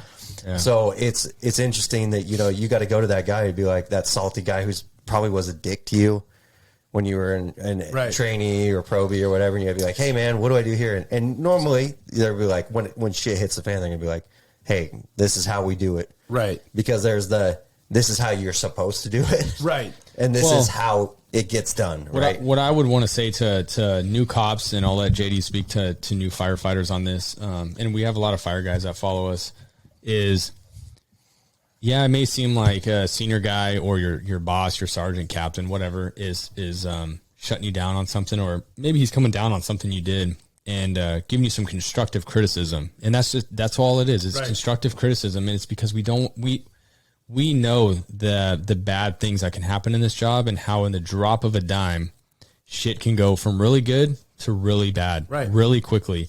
And so, you know, if I could offer any advice to you newer guys, is if someone that has that credibility and they're offering you that advice, you know, heed the advice, take it. It's not somebody coming down on you. They're not wanting to, you know, try to punk you out just because you're new. It's not about that. Sometimes is it? Yeah, sure. It might be, but you should be able to figure out in wherever you work, who's credible and who's not. And if you have those credible guys giving you that information, eat that shit up and learn from it. Don't argue about it. Think about whatever it is that they just had that conversation with you about, and, you know, try not to make those same mistakes again, and, you know, go to them for advice. But, you know, sometimes you know, I'd offer somebody some new guy advice, and I could see it's like in one ear and out the other, and they're like, I fucking know what I'm doing. Right. Well, I also want to add to that is grow some fucking skin too. 100%. Because I mean, fire is not far, probably exactly the same. Is that if you're going to have trouble with somebody, a partner, sergeant, boss, whatever, telling you, hey, you fucked up or whatever, you're going to get so much worse from the public. 100%. So much. And if you can't handle somebody saying, hey, bro, you fucking sucked on that. Mm-hmm. And if you can't handle that and be like, okay, how did I suck? Like, let's work through it and see, hey, maybe that's not the best way to tell me this, but hey, whatever. The public's going to be so much harder on you. Right. Just grow some skin. Do you have anything for like new firefighters or advice? Yeah, you kind of hit on it. Is for me, I always tell everybody you can always learn something from anybody. Good cop, bad cop, good firefighter, bad firefighter. You can always learn from them. You can learn what not to do and how to set yourself up for success, or you can learn what to do. So, and my biggest takeaway is find that mentor. So right now I've got, 2 mentors that basically help bring me up that I could call at any minute to run something by them. Say, hey, I did this, or I had this call, not really sure. What do you think? And one, they have thick skin because they might tell me, no, you screwed that up big time. Don't do that again. Or they might say, yeah, no, that was the right call, but they're not going to judge you. They're going to mentor you. So find that mentor. And even if they give you a little harassing, it's like, well, yeah, you learned that one, didn't you? Instead of, I don't want to be coddled. I want to be told what I did wrong. I like constructive criticism, but a lot of people don't. So find that mentor and then always be willing to learn. Like we had a fire a couple days ago or last set, and my chief had some concerns with the way things went. He pulled me aside and he's like, hey, I'm gonna talk to you about this. And I wasn't in trouble or anything, but I could have done stuff better for better communications to set stuff up better for the incoming crews. And he's like, hey, just work on this. And okay, but that's how it should be. And I think any major incident you can always look back at and go, okay, like we did good. Or we did great even, but we could have done this better. Right. And that's the beauty of time and evaluation of after the fact. So I think that's important to always debrief. I was going to ask him that. Yeah. We debrief a lot of our, sometimes major minor stuff, major, but even sometimes minor stuff. We'll debrief. At least I do as a supervisor. I'll pull the guys aside and, I'll debrief it because there's so much value to that. And if you're not doing that, and if you are a supervisor listening to this and you are in charge of a group of officers or firefighters, you should be debriefing incidences that you respond to. And if you can't do it right after the fact, because sometimes I know it's, fast paced environment, do it the next day in briefing, do a whiteboard exercise, draw it up on the whiteboard. And ask people what they did, because everybody doesn't know what someone did. Go around the room. Okay, I saw you going to the Bravo side. Why did you go to the Bravo side? Right. Go around the room. Hey, exactly. Ask what everybody's part was in the role, and then hey, does anybody have anything good to say? And then go around the room and ask every individual how they felt about it and how they thought that it went. Right. Because you may have 5 guys or 6 guys at a table saying, I thought it went really well and I can't think of anything we did wrong. Well, you may have one guy at the table going, I actually thought it was fucked up and here's what I have to offer. Yeah. And so we do the same thing on, big incidents, fires, stuff like that. We call them AARs, after action reviews. And that's exactly what we do. We go to everybody in the group, say, what did you do? What went well? What would you do different next time? So then everybody gets to hear like, oh, okay, now it makes sense why he did that or why I did this, because he said this. So in my head, now I got to do this. So, and for me as an officer, when there's guys who say, oh, no, I'm good, everything went well. No, tell us something. You need to tell us something, because by you keeping your mouth shut, you're not helping the younger guys who don't know, or who are trying to learn from you. And then the other thing that I've really picked up, or that I've really tried to do, is when we have a critical call, like we always talk about, PD codes or, CPR in progress on a kid, or, some of the really bad traumatic calls in, vehicle accidents with, that kind of stuff. Right. Is we're fortunate for my agency. We have an on-duty chaplain, and then we have a CISM team, critical incident stress management team. So we try to get them out as soon as we can to then start debriefing the crews that were involved, because everybody wears that a little bit differently, and some people can run those kind of calls and it doesn't really affect them. Other people have kids that same age, or they've already lost a kid, or, something along those lines, and it'll wreck somebody real quick. So getting that, getting that PTSD thing started sooner to help them sooner, and to let them know it's okay to talk, whether you want to talk in private or you want to talk in front of the crew, that's fine. But getting somebody to them, like, I feel like that's on the officers, the battalion chiefs, because I know my guys, if they're hurting, they're not going to say anything. They're not going to be like, hey, I'm feeling kind of sad about that call. Yeah. I have to read it and say, I don't care. I'm calling him and we're going to talk just to kind of get it out there. And some guys aren't going to talk much, and that's okay. But knowing that they have that resource for them is huge. And so I remember we ran some really bad calls, and we just go back to the station and eat our dinner like nothing happened. And I'm like, are we not going to talk about this? And, right. Our last episode was with Melissa Freitas, who did EMDR therapy, and that was a lot of value to that episode. And if you guys missed you guys missed it, go back and listen to episode 3, where we get real in depth with post trauma, PTSD, acute stress, all that, with a certified post trauma therapist, and that segues into what you're just talking about. Is same goes with us. I mean, when bad shit happens, we're always taught, our culture was always just shake it like off. On to the next, or it just didn't really get talked about, so forget and reload, right. And just, hey, no, it's, so we really deal with that later. Right. We really pushed the hey, no, like, let's break the stigma of you don't need to be the hard ass that doesn't step up and say something. And I mean, it affects all of us to a certain extent. And that's when I've had that talk with my wife, because I had a really good buddy who lost his career due to a bad call. He had a over in El Dorado County, had a car off of a cliff into a river, and then parents got out, didn't go back in for their kid. He had to dive in and get the kid, pulls the kid out. And if I remember the story right, kid had the same name, was about the same age as his kid, and they ended up pronouncing him. He spiraled and started, getting into alcohol and, popping pills and stuff like that. He lost his fire career because of that call. Mm-hmm. And so I've had a lot and that's not an individual story. No, it's not. Like, that is a specific individual story, but that's not like a one-off. And I've had, I had a bad run where, not talking sad stuff, but I had like 10 PD codes in a couple months. It was terrible. And, a PD code is a child CPR, pediatric. Yeah. So CPR on kids, and never fun, never easy to deal with. And, my wife was asking me, she's like, do these not affect you? And I'm like, they do. And I'm sad, but right, wrong, and different. I always go to it sounds bad to say, but it's not my emergency. So I have to be mentally straight and sharp for their emergency. Because if I get affected by their sadness, now I can't perform, my paramedicine skills or, whatever my crew's got to do. And do you think that and this will bring up a little bit of something that I wanted to bring up, but do you think that it's from your background 100% before you got into fire and everything? Because I think that when we bring up the youth and the maybe not even youth, the newer officers and the newer firefighters, I find that a lot of them are like, okay, I graduated high school. I said I wanted to be a cop.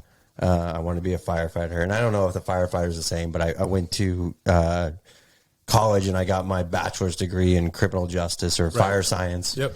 And then, I did medics or whatever it is. But when we look back at it, what have you done in your life to prepare yourself for this? Oh, I went to college, and great for college. It has its use or whatever, but it doesn't. I think that I recently went back and got my bachelor's degree for financial reasons, we'll say. Right. I learned so much more about being a cop in the 10 years of construction than I would ever get from college. Training has its points and everything, but like dealing with people and being able to talk to people. Right. So I think that we get so many younger men and women, they're just not mentally strong because no one's told them, hey, you fucked up. Right. Because in construction, we all can say it like, fired on the spot. What the fuck did you just do there? Get the fuck out of here. Right. Call me in a week and maybe you have a job. And you're like, fuck. And they're a lot meaner than that. Yeah. and we talked about that, I don't doubt it was because of how I was raised. I remember I watched, my dog get hit on our family pet get hit on the side of the road. My dad just goes and picks it up, puts it in the truck and goes and buries it or whatever he did and just goes right back to work. It wasn't no thing. So that's kind of how my mental state was. Like, we don't have emotions in my family. And so although, I can knock on wood, do my job on these tough calls, I don't know what call is going to catch me. I don't know what call it's going to be. That's like, I don't think any of us do. Yeah. And that's the hard part is I've been, but it is going to happen. It is going to happen. And so, but is what I found out is maybe the calls weren't affecting me or in a way that I could think of like, hey, I'm not sad because of this call or, I can't sleep because of this call. I was taking my work home and I was treating my wife and my kids like probationary firefighters. And, I was being, hard on them or being, just not treating them the way my wife and my kids should be treated. And she's like, this needs to stop. And so then I started going to therapy for it. And sure enough, wow, I had a lot of, I guess you can call them demons that were down inside there that I'm like, holy crap. Like, my therapist brought up, he was like, do you think you're so successful at your job because of your daddy issues? I'm all, excuse me? He's all, no, seriously. You had pretty much a non-existent dad, didn't go to any of your sports games because he thought he was bad luck. He never said, I love you. He never showed you emotional support. So you worked your ass off to prove to him that you were going to be successful. I'm all, oh my God. Yeah. He just found something. You got me. And so now I'm hooked. I love it. I go talk to him, once every few weeks, once a month, and we just kind of catch up. And it's been a game changer in my relationship with my kids. It's made me value my job a lot more. And it's also helped me reach out to other people to get them help with, marriage, divorce, finances, whatever it is. Like there's somebody out there. And I don't know if you guys have like an EAP program. Yeah. Like we peer support or. Yeah. And that's how I got started in mine. And it was a lot to kind of start doing it. And I've talked to Kyle, a lot what he went through. And because of what he went through, it kind of opened my eyes like, oh, maybe I'm going through it too. And I just don't know it. So in getting that support before you find out you actually need it, before it's too late, Well, I found it. So like I said, going back to that OG beat cop or whatever. Right. And I remember thinking, newer guy or whatever who, and to this day, I haven't been in the super traumatic situation. And it's interesting that, you need to bring up is that there's the people that are like, oh, I've never been in that situation. I just want to throw out there, prior to Billy coming tonight, he literally went and just arrested a homicide guy, because that's what your job is, to go track down fugitives. And that's high risk. I've been in a lot of very, very high risk stuff. Yeah. I will say that I've never been in that shootings and stuff like that. So, I don't want to downplay what I've done, but what I will say is that what is a huge thing that people overlook, and I'm talking about beat cops and stuff like that, and your everyday firefighter, maybe even your smaller agencies who go to a lot of medical and smaller stuff, you get the cumulative PTSD. Right, 100%. Where it's not like where you can't go, hey, what was it that caused you to not sleep, caused you to start drinking, caused you to, shake, sweat, whatever it may be, that, there's so many other symptoms. And it's not one call. Right. And it's not even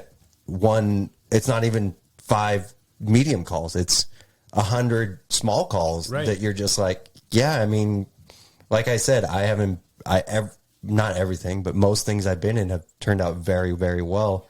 So you kind of get complacent on things and everything. But in the end, you sit there and you go, this could have gone bad. This could have gone bad. This could have gone bad.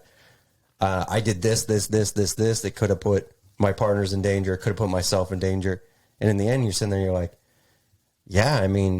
it went high five, thumbs up. Right. It went great. Mm-hmm. But again, that goes back to don't confuse luck with bad or good tactics. Exactly. Because it's not. You got lucky. Right. Yeah. So, and I want to segue on that real quick, not to cut you off. No, go ahead. But that's not to say that I did anything bad necessarily, or that people that have been in that situation have done anything bad. It's just, we all get lucky. Yeah. Right. No, we do. We all make mistakes. We've all made mistakes. And if you sit there and you're like, if you've done a year, if you've done 2 months in fire or in law enforcement, say I've made no mistakes, then I'd be like, okay, come on this show. Right. I will tell me everything you did. I will find a mistake. Yeah. And that's the thing, is we make mistakes every day, whether they're on medical aids around the station, personnel issues, we're always learning. But that's my biggest thing, is you have to learn from your mistakes if you want to get better.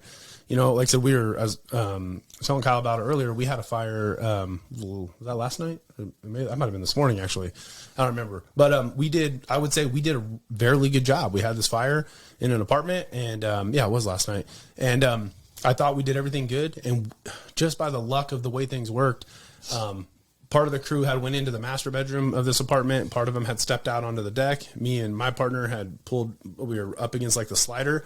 There's like 20-foot tall vaulted ceilings, and all of the sheetrock and wet insulation came down at the exact same time. I mean, as you know, that's probably close to 1,000 pounds of just weight, and it shook the entire apartment. I thought the roof came in, like all the trusses and everything. And again, I'm not saying we did everything right, but we were doing a good job, and it's just something like that. That would have been a career ender for somebody, and we just happened to walk out from underneath it. But just like that, your career's over. You got a broken neck, broken back, paralyzed. Could like kill you. That would have crushed somebody. Yeah. But it's like we were doing everything right, and still could have got caught. Yeah. And that's what I always say, is even on a good day, this job can take your life that fast. Yeah. So on a good day, doing everything right. correct. Yeah. It's just, and that's, but like you said, the training and finding that mentor and just keeping your head on a swivel, like that's like I said, you just don't want to get complacent. Just because it's worked every time doesn't mean it's going to work every time. Yeah. No, and I like the mentor piece. I always tell guys that find a mentor, find a officer or whatever,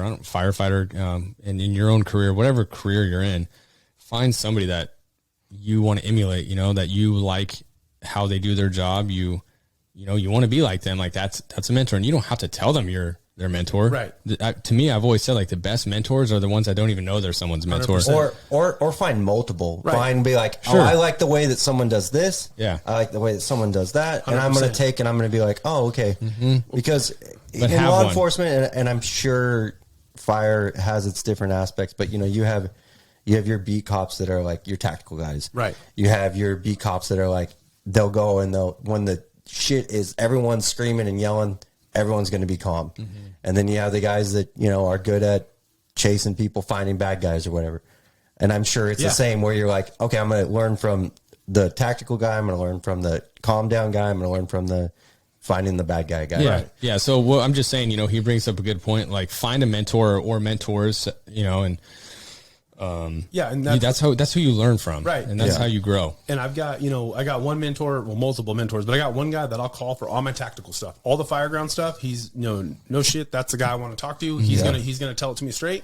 I got another mentor that I'm going to talk to about dealing with personnel issues because he's got a better tact at dealing with personnel issues. And I got another mentor that's going to help. I got like three or four mentors that they're all good at different things. So just like my crew, I got 9 guys. They're all good at different things. So learning to build off their strengths and weaknesses. I got some guys that I'm just not going to put in certain positions because I know the other guy is going to be better at that. So knowing who you're working with for that day and understanding their strengths and weaknesses. And, if I got one guy that's better with the chainsaw and one guy that's better at searching, I'm going to put my searcher on the search and the chainsaw guy on the chainsaw. And why would I mix them? What you just said, that comes with experience, because let's all three admit here that when you're new at our job or profession, if you're a running gunning kind of cop and you're just out there chasing bad guys down and the next guy just wants to go write tickets all night, you're like, that guy sucks. He's not a good cop or whatever, right? Yeah. Well, it takes you a while to learn that. Like, not just because he doesn't want to do that doesn't mean he's not good at something else. And you need guys like that, just like what you just said. So that comes with experience, and that's when true good leadership comes in, is when you start recognizing who's good at what and valuing everybody for what their niche is.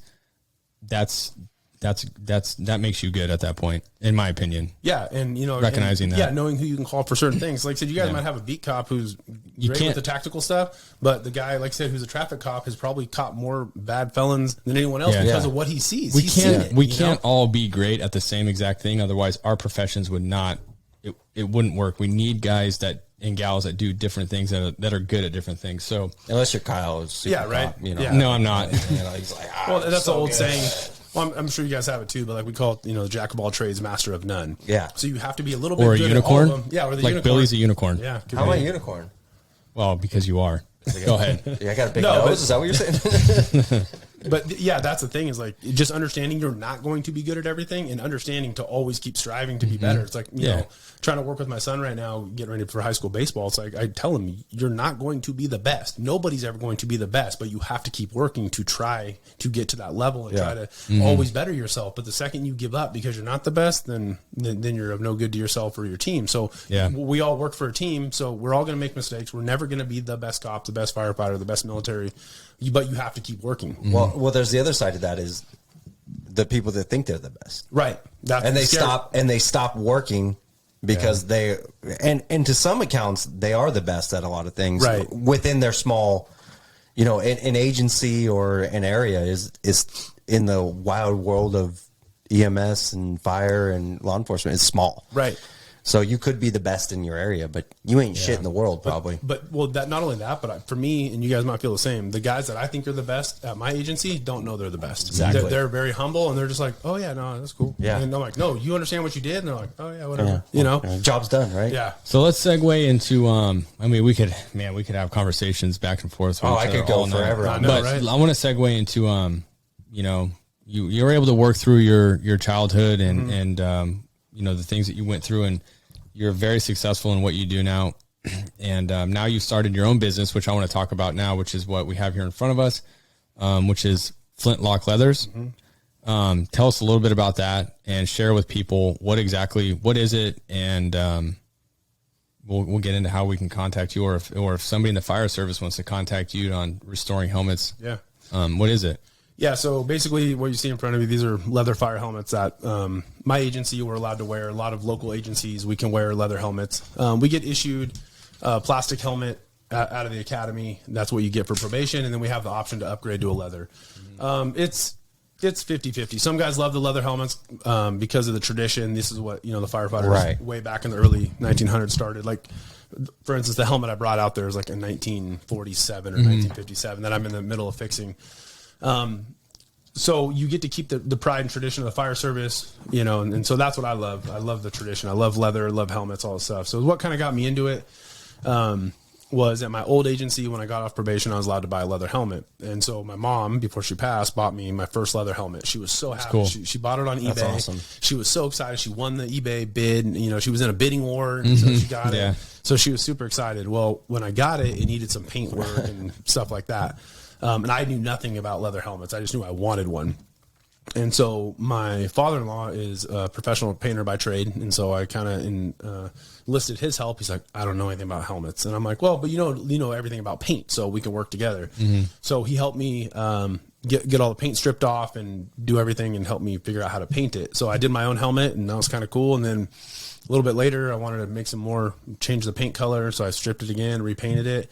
And then it had some cracks because like the leather will crack. I mean, it's just cowhide. It'll crack, like leather saddles and boots and everything. They'll get cracks in them. And plus the elements that these are going into is not right. And so that's the other thing too, is you can't treat them like plastic helmets. You can't stand up in a hot fire because you ruin your helmet versus a plastic one is plastic. Which is kind of a safety issue, right? Or a safety hey, it's a little, hey, I got a leather helmet on. It can be. Worst case I don't want to burn my head. Yeah. Right. And they're just as safe. They're all OSHA and NFPA approved and everything. But like you'll burn the paint off and then it needs a new paint job versus your plastic one it's whatever. It's indestructible. Yeah. Yeah. So anyways, I started at my current department and I had modified my helmet a couple times. And so I had a buddy say, hey, can you do this to my helmet? And I was like, yeah, sure. So that's literally where it started, was people just asking me to work on their helmets. And that was, man, 5, 6, 7 And years this is ago. your helmet here, right? That's my personal This helmet. is your captain's helmet, yeah. Pretty Yeah, cool. so I did a custom paint job on You that. could tell he's been through some stuff by the fact that I can't read. Yeah. Even the agency that he works for Smells like smoke. Yeah, I had to clean it off to come here. So, but yeah, it's my personal helmet. I did like a flashy hot rod paint job. cool. There's like a metallic flake in it. I normally don't do that fancy stuff for my customers. You take care of your own stuff's better, right? Yeah. So essentially you refurbish leather helmets. Yeah, so we'll get them like this, where this is hammered. It needs to be. There's cracks in it. There's heat damage. There's bends. All this stuff. So I'll basically take this helmet and make it look like this helmet. Wow, that's impressive. I thought you were just talking about like throwing some paint on it, like sand it down, throw some paint on it. No, when this is done, it'll look like that based on the color of paint they want. Right. Well, yeah. Yeah, and so I've been fortunate enough. The business has been okay, and my wife laughs because I put all the money in a separate account, and that's what pays for our Disney trip. So it's just it's just Disney money. That's awesome, dude. But I've been fortunate enough. I've sent I think 2 helmets back to Australia. I've got helmets that are Michigan, Florida, New York, Pennsylvania, New Jersey, Texas. That's awesome. Yeah, and that's it's all badass. word of mouth. I just have my Instagram account. I don't have a website. Nothing. That's cool, man. So that's fucking awesome. So and for me, like we're talking about therapy and all that kind of stuff. For me, when I get to go in the shop and just work on helmets, that's like my zen time. Like I just get to focus, put on some music, and I get to sand on these and paint and repairs and all that. And it's definitely refreshing, even though it's dirty work. It's refreshing for me. That's a great point, and it got brought up with Melissa. But find your outlet out there, whatever it is, and not everybody. Yeah, it doesn't have to be extreme. It doesn't have to be you hanging out with a bunch of your cop buddies too, talking cop shop all the time. Branch away from that. I think that's actually harmful at some. Yeah, it get helps away at from some that. point, but you have to you have to walk away from. And I'm sure fire's the same, and 100%. You can tell me, but you have to walk away from law enforcement. Yeah. You have to be like, I go to work, I come home.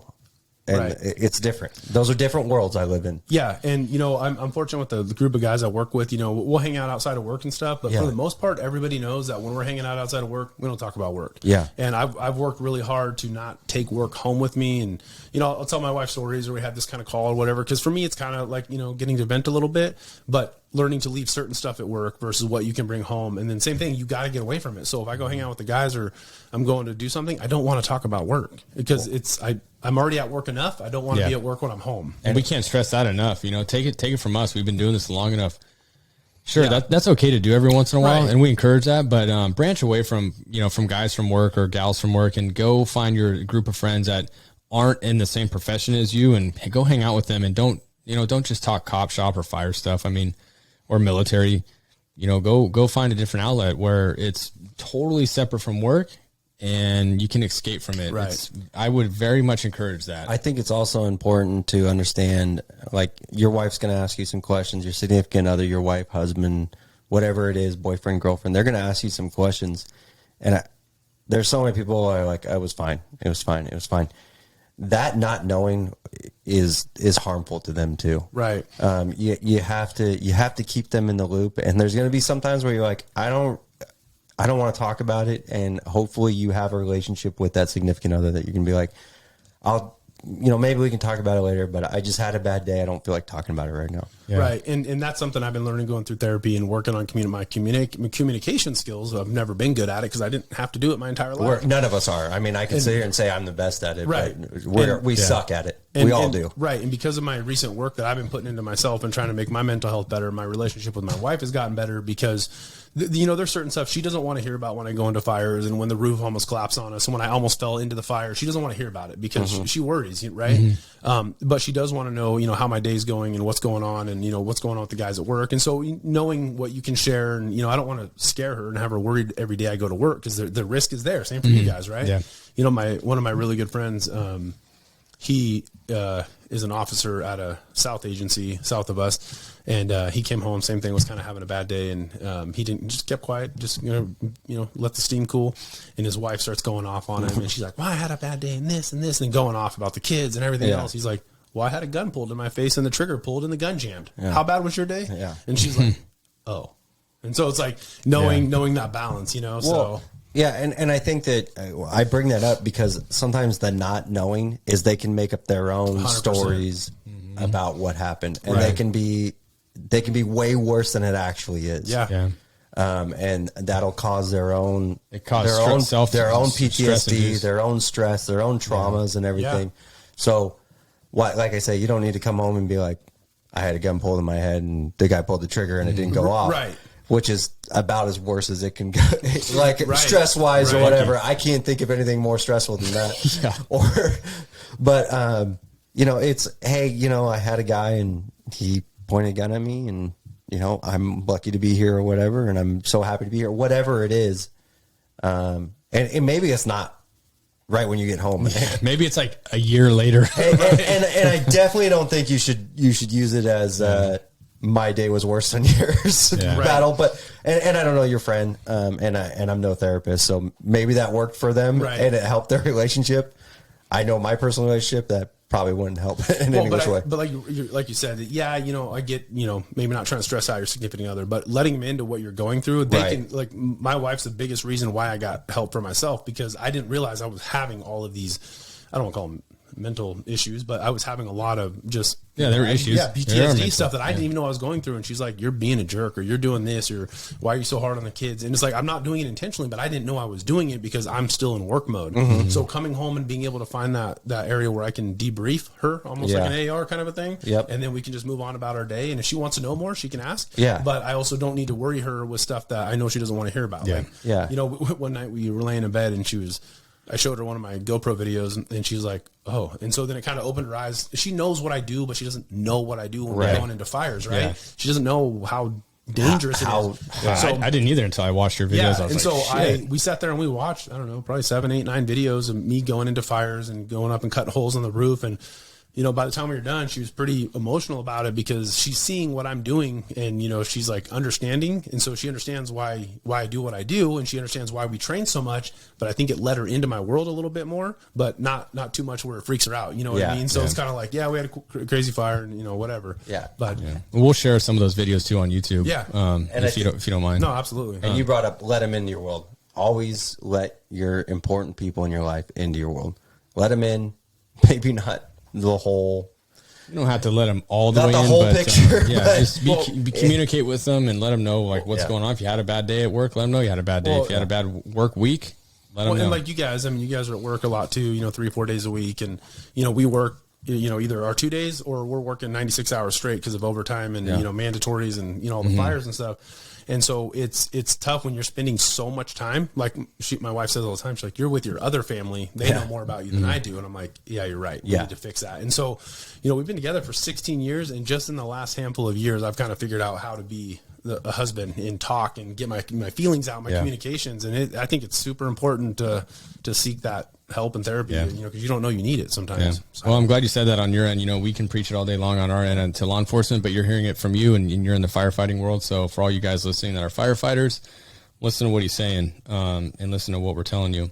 And I think I cut you off before you got to say, what's your Instagram? Oh, it's at Flintlock Leather, like a flintlock pistol. Okay. FLINT. Yep. FLINTLOCK Leather.